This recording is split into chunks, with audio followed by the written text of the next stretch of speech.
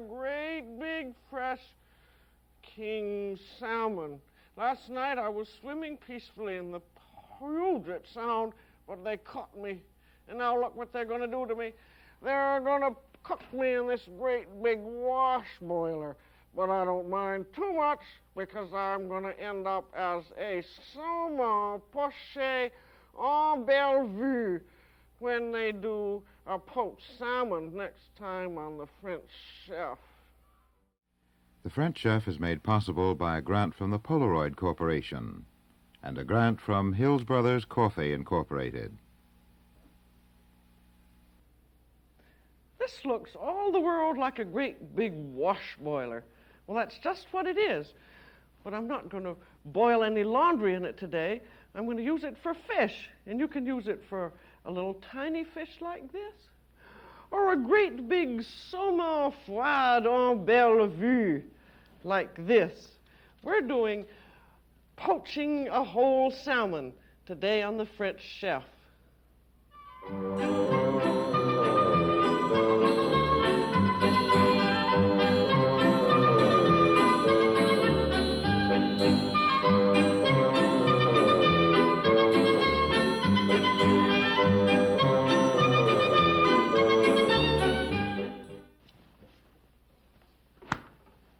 Welcome to the French Chef. I'm Julia Child. There's a great big fat salmon that came from Puget Sound, and it was swimming around in the water yesterday, and we're going to cook it whole. And there's nothing easier in the world than to cook a whole big fish. The only problem is you've got to have something big enough to cook it in. And the first thing you've got to do is to measure your fish. And this one, from the tip of the tail, there's 12 inches and 24 inches and about 6 inches, so that's 28 inches long. That's your only problem. And if you have a restaurant type of thing like this, which is called a saumonière, and this is 35 inches long, and they come in all sizes, big enough for a minnow or big enough for a whale, and this is about the right size for a salmon. And what's particularly good about it, it has this rack here, and the rack, you put your fish on the rack and put the rack in the fish poacher, and then when the fish is all done, you just lift up the rack and drain the salmon and slip it off onto its serving platter. But not many of us have that kind of thing, so if you're going to cook a big fish, just look around the house. You probably got something big that you haven't thought of. Like, say, if you have a medium-sized salmon, you could use a turkey roaster for it, like this. Or you may have an old wash boiler, like this. And this one I've never boiled any wash in it. I use it for cooking hams and also for poaching salmon. And if you look in the the catalog for a mail order house, you'll find under wash boilers they even have one that's 43 inches long, a giant one, and those are great for cooking fish in, and they don't cost very much at all. And of course, if you don't have anything, you can take a great big knife and you can just cut your fish in half. That would be a shame to do, and I've got something big enough so I don't have to. But you can always cook it in something.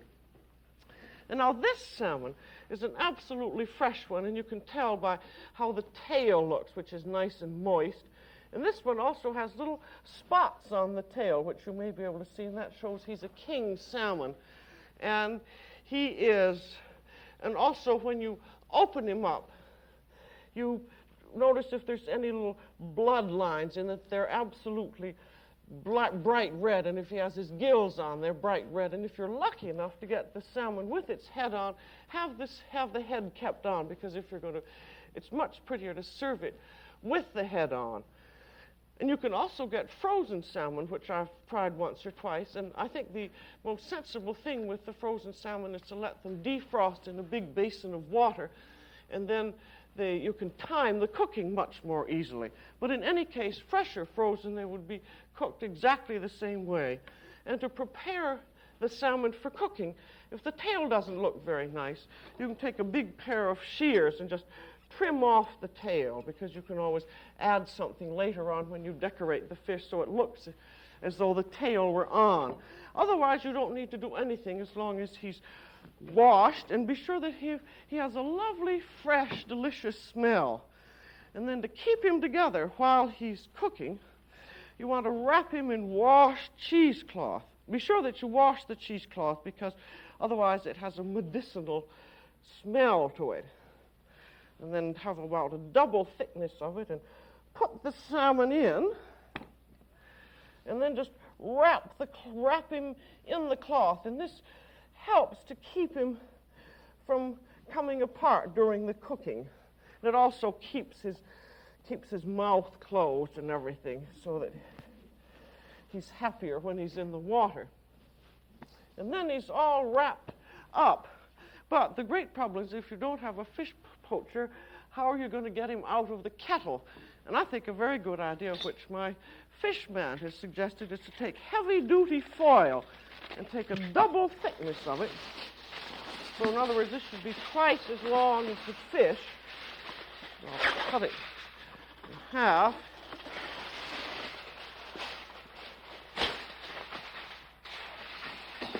Then, doesn't make any difference which side you use, and then put the fish right in it. And then, you see, after the fish is poached, since you've got a strong foil here, you can just lift it like this, and then you can get it out of the kettle without breaking the fish.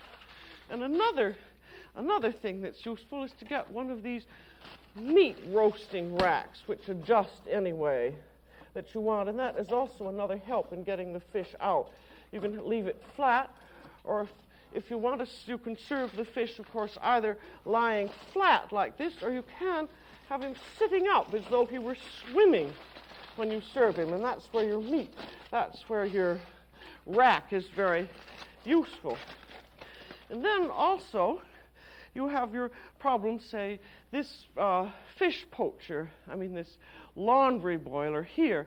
This is only 22 inches. I can't remember exactly how big it is. But this would be too small for the fish. But you still could put your fish in like this, and he could cook in a curved shape, and that would make him look very attractive also. So, you then actually with these pieces of equipment, your foil and your washed cheesecloth in your rack, you can cook your fish very nicely in something that isn't quite as long as he is, and it's really quite attractive to have him curved that way. And of course, having his head on makes him a little longer than he would be otherwise. You could always, when I said cut the fish in half, you really can do that very easily, because you'll see when we start decorating the fish after he's poached, that if you cut him in half, you can add the head on or put him together again, and your decorations will hide what you were doing. Now, I already have a fish in that laundry tub, which you'll see later. So this one could lie just as he was in this great big fish poacher here. And with the fish poacher, you don't even have to wrap him in cheesecloth. And then, when he goes into the poacher, then you're going to fill it with liquid, and you would put the fish poacher on the stove, and then bring the liquid to the fish poacher. And the liquid that a fish cooks in is called a court bouillon. That's C-O-U-R-T, bouillon. And if you were cooking a plain white fish like a bass or something like that, which doesn't have a tremendous amount of character, you'd probably want to use some white wine and aromatic vegetables like carrots and onions and herbs with it, as well as water to give more flavor. But with a salmon, which has so much natural flavor of its own, I personally like to cook it just plain in water with salt and with wine vinegar. And the proportions I've found are very good are, for every 2 quarts of water, you use 1.5 tablespoons of wine vinegar and 1 tablespoon of salt. You can use this coarse or kosher salt. So again, that is for every 2 quarts of water, 1.5 tablespoons of wine vinegar and 1 tablespoon of salt. And be sure that your fish is covered by 2 inches because it has to cook for quite a while and the liquid begins to go down a little bit in your fish poacher, and the water you use is cold. And then you have your salmon and the liquid all here. We will go back over to this fish poacher, and I'll tell you about how long to cook it. They always say boiled salmon in English. I don't know why, because a fish is never boiled, a whole one. The most important thing is, if you want to cook it and have the fish stay whole and not have the flesh flake, is that you use very gentle heat with it. And I've done a lot of salmon when we were living in Norway, and I've found that the following system works out very well. You have 3 cooking periods, and each one is of 45 minutes. This is for a large fish, say from 5 to 7 pounds. The first 45-minute period, you put it over very, very gentle heat and let it come just gradually, not quite to the simmer. And in the French, they call that the water is shivering. In other words, there's a little tiny movement in it. There are not any bubbles at all. And then, after 45 minutes are up, have a thermometer in at all time. I've got a thermometer on a meat hook here. And just stick that into your boiler. And don't let the water come more than 200 degrees on the thermometer. And this is terribly important, because if it goes more than that and actually boils, then the fish can break apart. And then, after 45 minutes, turn your heat down to very low and let the temperature come down to about 140 degrees. So I'll repeat that again. 45 minutes of barely coming up to the simmer until it is just below 200. And you never cover their poacher at any time. It's always uncovered. And then 45 minutes at barely the water shiver at under 200. And then lower your heat again for another 45 minutes. And that takes about 2.5 hours in all. And that's why it's called poaching, which means a very gentle heat. And the fish is actually cooking all the time. The water's coming up to this shiver point and still finishing its cooking while the heat is gradually going down. And then if you want to serve the fish hot after that 2.5 hour period, you just take it out and serve it hot. But if you want to serve it cold, you let it cool off in its liquid for 2 or 3 hours, and then you drain it and refrigerate it. But in any case, whether you're going to serve it hot or cold, you've got to get your fish out of your poaching container somehow. And this one, it's very easy if you have the big French poacher with the rack, because you just dump it out. But with this one, you have to just reach right in there. And if this is hot, you'd have to reach in with probably with 2 forks or something. And you see the usefulness of having this aluminum foil here, because it holds the fish pretty well. This one is cold, naturally. I couldn't be doing it like this. And then try and drain it off a little more, still with your foil. In other words, get as much water off. I'm doing this more quickly than you probably would. You could let it drain quite a bit longer. And then roll it on to a tray. And be very careful when you're handling the fish at this point, because it's quite delicate. And you want to keep it as whole as possible. Here's our cheesecloth, and just get some big shears and just cut this off.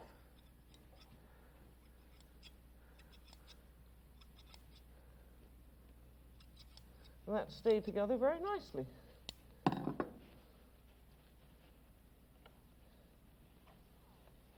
And now you have your little problem of getting your fish off onto a platter. And this is, again, where you have to be sure and measure your fish so that, and be sure that you have the right kind of a platter to serve it on. If you don't have a great big platter like that, you could use a tray like this, or you could use a board that's covered with foil. I've got this board that's covered with some black foil. You can get all colors of aluminum foil if you go to a gift wrapping place. Then to get the fish onto the board, and there's still some dribblies here, but I'll get some dribble all over my worktop, but that's all right. Put the board upside down and then turn it over, which I think is probably the safest way of doing it. Because if you try to pick it up, there's a little break in there, but that's not going to make any difference because that's going to be covered up when we decorate it. So, and then the board or platter can be wiped off with paper towels. But I think these little problems of how to get the fish, say, out of the poacher and onto the board and so forth are ones that are rather bothersome. And now, you have whether or not you're going to serve this salmon hot or cold, I think it's a good idea to take out the fins and also to peel it. You can serve it just the way it is, but I don't think it looks awfully well. So I would suggest that you take the fins out. You see, they're much easier to take out when the fish has been cooked. You just take a little knife and pull them out, and when you pull them out, you also get some little bones that come out too. And do that the same with all the fins up here and all around. And then I'm going to put this on one of these lazy Susans that I got at a mail order house, because I can then turn it around easily. And then this fish is without its head, because very often that's the way they come, but you can decorate it so it looks as though it had its head on. You've got your jawbone up here. So just take that jawbone off on both sides, on the bottom too. I'm just really doing a sample so you'll see how it is. And then, after you've evened that off so it is even this way, then you want to peel it. And just take your little knife and go right down the center of it, and then just scrape the peel off. It comes off very nicely. And you'll notice also that after you've gotten the peel off, that there is a brown part here, and this should be scraped off also. Of course, this all depends on how you're going to serve it. If you're going to serve it, say, with a cold, with a clear aspect, you would want to take this brown top skin off, top flesh off, because it will look much better if you're going to serve it with just a mayonnaise. I don't know, though, I always take it off anyway, because I don't think it's very attractive, and it scrapes very easily off, you see. And then after you've peeled the whole thing, you then want to chill it. This is if you're going to serve it cold, because you can't decorate it if you haven't chilled it. If you're going to serve it hot, you would serve it with a hollandaise sauce or a beurre blanc. We've done the beurre blanc before, and that's a lovely sauce to serve with. And you just pour some of the sauce over the fish and then sprinkle some parsley or dill over it, and it would look very nice indeed. But we're going to do this one cold, so I'm going to chill it. And another thing is, be sure that you measure your icebox and your platter, because it's terrible if you get the fish on the platter and then you can't get the platter in the refrigerator. So in other words, measure everything as you go along so you don't get stuck with it. And now here is a cold, peeled salmon, and we're going to put on a type of aspic sauce on it. And the aspic, we've done aspic a great many times, and for this, whatever kind of liquid you use, you want to have 2 cups of liquid and 1 envelope of gelatin. And with this one, I'm going to use I have some cold, very nicely flavored chicken stock, and I'm going to add some sour cream to it. But just be sure that you have those proportions right.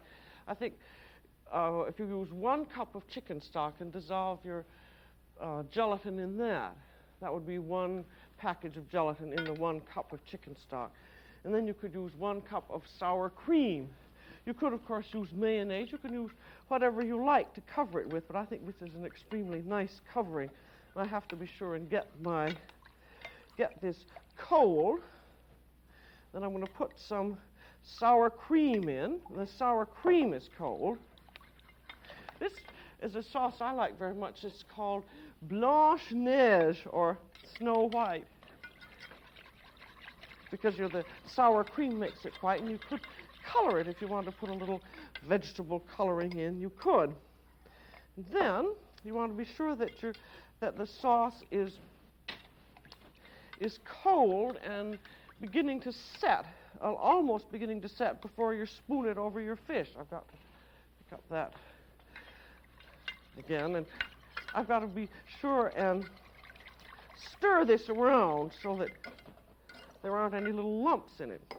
And now another point is that you have your serving board here, and you're going to decorate the fish, and you don't want to have any dribbly wibblies around. So take some wax paper and fold it in half and just slip that under the fish, and then all the dribbles will fall on the wax paper, and then you remove the wax paper when you're through.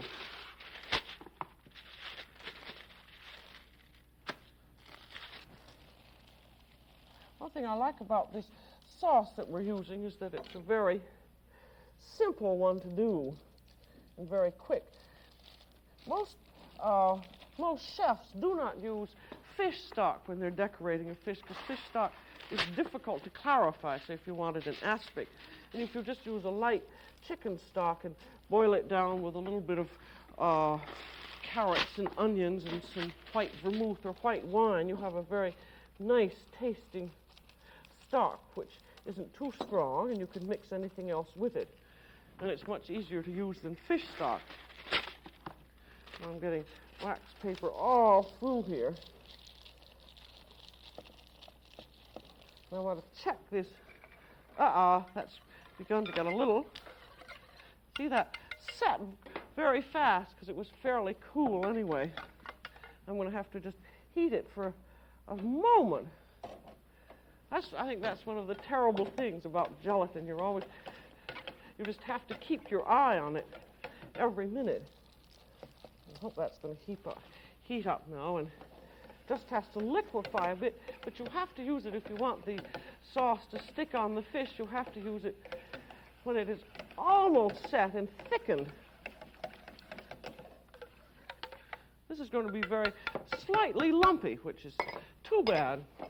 But then I think I can beat it up enough. But you probably want 2 coats of this on. And then just spoon this sauce over the fish. You see why you wait until it's almost set. Otherwise, it won't go on to the fish. I'm putting it on all sides. And if the first coat doesn't go on very well, you can always add another coating of it. And then don't worry too much about the bottom, because the bottom edges of the fish will be covered with decorations. And also the front part. And now, as for decorations, you can be very simple indeed. You could just have some, lemons, or I don't know, lemons on, or parsley, but you can make a very nice vegetable decoration. I'm doing this very quickly, mainly just to give you the idea of how to do it. And I should have covered up the tail also.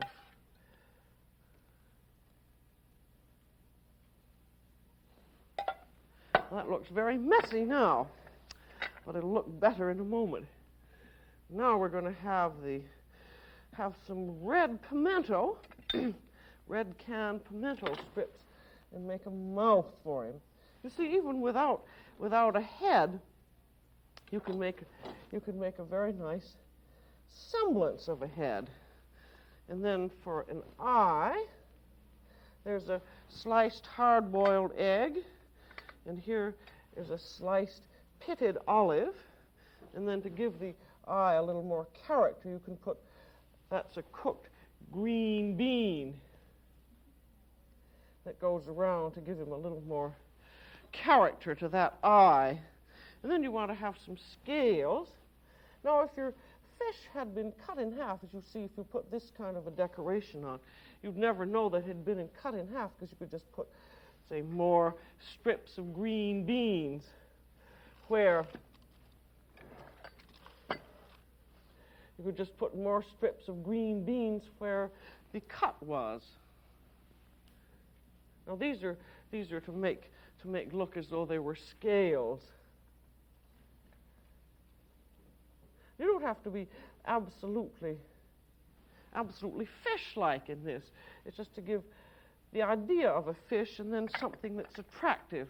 And now here's some sliced carrots, and those can go down around, sort of to give him a nice-looking tail. And then for some more black accents, we can have some bits of pitted olive. And then you want to be sure and do something with the tail. So there's another green bean, and then you have bits of tail down, some more green beans to make bits of tail. And then, after you have, this is only a sample decoration, we'll see a better one. After you have your decoration on, and this can take you several hours to do if it gets hot, put it in the refrigerator. And then when you're finally through with your masterpiece, I'll show you what one looks like. If I can get it out, which I think I can. There.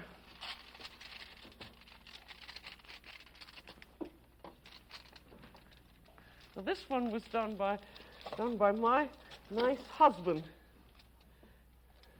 who got a good eye for things like this. You want to use parsley and put it into his mouth. Salmon love parsley. And then any places that you might have made little dribbles, or places where you haven't had quite enough sauce on top, you can just put some parsley around. That's one of the great uses for parsley.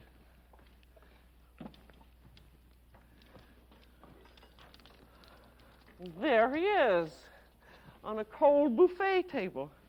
And he really is so pretty.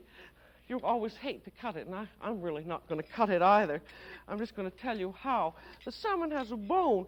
A central bone runs right through the middle of the fish, and then the other bones come out from it flat. So the salmon is very easy to serve. You just cut right down to the bone and make a serving piece out of it. So it's a really very easy fish to serve, and with it you can have sliced cucumbers and a dill mayonnaise and French bread and a lovely French Alsatian wine. And a cold decorated salmon like this is called a saumon froid en belle vue, and that means a cold salmon dressed in beauty. And you can see why the French name, because it is really lovely. And when you see one on an elegant buffet table, you know you can do it perfectly well yourself. So that's all for today on The French Chef. This is Julia Child. Bon appétit.